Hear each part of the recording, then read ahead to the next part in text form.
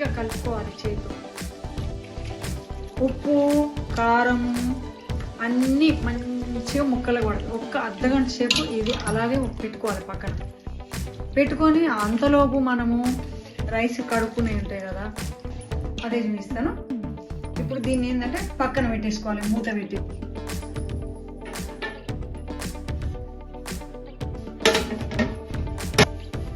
ఒక ½ కేజీ వరకు ఇలా ఆయిల్ పోసుకోవాలండి.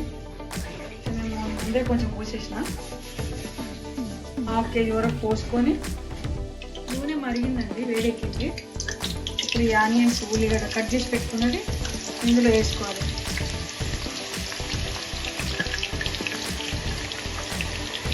బాగా నూనె మరిగిన చేస్తే ఆయిల్ కూడా పట్టదండి ఉల్లిగడ్డకు.